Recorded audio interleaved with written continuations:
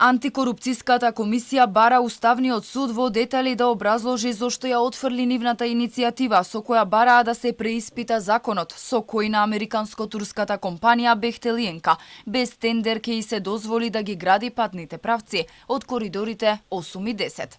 Од антикорупцијска велат дека се што била во нивна надлежност направиле.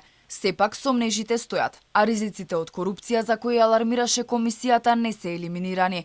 Сомнеж отвора и односот на првиот вице-премиер Артан Груби, кој ја поздрави одлуката на Уставниот суд. Уставниот суд е брз, значи нема што ние понатака, се што било во наша надлежност ние сме преземале. Не знаеме кое е образложението за отфрлање на, односно донесување на таквата одлука, многу не интересира какво ќе биде тоа образложение. Дотолку повеќе што нашата иницијатива се засноваше на членови кои што се дел од Уставот, значи на уставни членови. И многу не интересира со кое образложение е отфрлена оваа иницијатива и дополнително ни предизвика посебен интерес, а и сомнеш, благодарност е искажена од страна на Артан Груби кон уставните суди. Министерот Бочварски категоричен не сакал да навлегува во одлуките на судот. Како министерство им било најважно да се градат квалитетни патишта. А конечните суми ќе се знаеле откако целосно ќе се изготви проектот. Ева, антикорупционерите веќе прокоментира дека е субјективен законот со празнини. Зошто не ги послушавте од нивните забелешки? Кој требаше да ги послуша забелешки? Вие како членови на владата. Кој друг ако не? Значи законот е донесен во собранието, не во владата. Прашањата не, законот е донесен во собранието на предлог на собранието.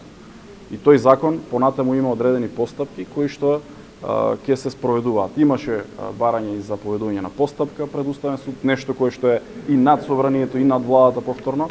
Како институција одлуките се донесени од вчера, понатаму владата ќе продолжи да постапува така како што и наложил тој закон донесен во собранието. Уште од самиот старт, антикорупцијската комисија предупредуваше за можните ризици од корупција во законот кој предвидува постапка која нема да се заокружи по пат на тендер, туку со директна спогодба со познатиот изведувач на 3 автопатски делници од коридорите 8 и 10. Оттаму го оспорија законот пред Уставниот суд, кој пресече, а одлуката беше поздравена и од лидерот на ДУИ Али Ахмети. Од владата уште летото укажуваа дека договорот ќе овозможел брз, чист и ефикасен процес, а Бехтел и Енка ќе ги гради делниците на потегот Тетово Гостивар Кичево и Струга Кјафасан од коридорот 8, но и од Прилеп до Битола, и тоа од физибилити студија, финансиска проекција до целосна изведба. Според тогашните најави на владата, преговорите со Бехтел и Енка треба да започнат веднаш откако законот ќе стапи во сила, иако денеска Бочварски напомена дека договор се уште не бил постигнат.